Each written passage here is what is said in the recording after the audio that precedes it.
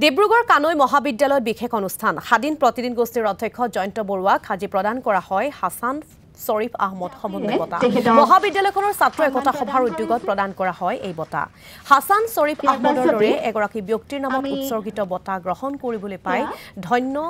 হৈছো বুলি মন্তব্য জয়ন্ত বৰুৱাৰ যিগৰাকী মহান ব্যক্তিৰ নামত এই বঁটা প্ৰদান কৰা হ'ল তেখেতৰ আশীৰ্বাদ ৰূপে এই বঁটা গ্ৰহণ কৰিছে বুলি মন্তব্য কৰিলে স্বাধীন প্ৰতিদিন গোষ্ঠীৰ অধ্যক্ষগৰাকীয়ে কানৈ মহাবিদ্যালয় কৰ্তৃপক্ষ আৰু ছাত্ৰ একতা সভাৰ এই মৰম আৰু আশীৰ্বাদে কৰ্মক্ষেত্ৰৰ বাবে নিজকে আৰু অধিক দায়িত্বশীল কৰি তুলিলে বুলি বঁটা গ্ৰহণ কৰি মন্তব্য কৰিলে জয়ন্ত বৰুৱাই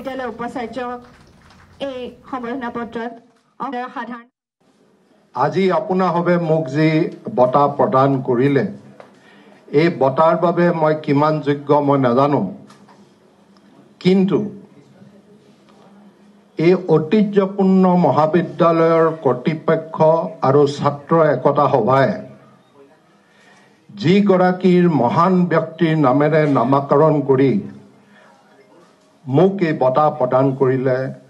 মই সেই ব্যক্তিগৰাকীৰ আশীৰ্বাদ ৰূপে মই এই বঁটা গ্ৰহণ কৰিছো আৰু আপোনাহবৰ এই মৰম আৰু আশীৰ্বাদে মোক মোৰ কৰ্মক্ষেত্ৰৰ বাবে অতি দায়িত্বশীল কৰি তুলিলে মই শিৱসাগৰৰ সন্তান কিন্তু মোৰ এই ডিব্ৰুগড় কানৈ মহাবিদ্যালয়ত মই এই প্ৰথমবাৰৰ বাবে উপস্থিত হৈছোই এই মহাবিদ্যালয়ৰ একালৰ ছাত্ৰ আৰু প্ৰতিভাৱান শিল্পী হাছান শ্বৰীফ আহমেদ এই ডাঙৰীয়াও এই মহাবিদ্যালয়ৰ ছাত্ৰ একতা সভাৰ সম্পাদক আছিল ভাৰতীয় গণনাট্য সংঘৰ অক্লান্ত কৰ্মী মহান শিল্পীগৰাকী অসম নাট্য সন্মিলনৰ প্ৰতিষ্ঠাপক সম্পাদক আছিল কেৱল সেয়ে নহয় এগৰাকী প্ৰতিভাৱান কবি সাংস্কৃতিক কৰ্মী হিচাপে অসম সাহিত্য আৰু সাংস্কৃতিক ক্ষেত্ৰখনলৈ তেওঁ অনবদ্য বৰঙণি আগবঢ়াই থৈ গৈছে হাছান চাহাব ডাঙৰীয়া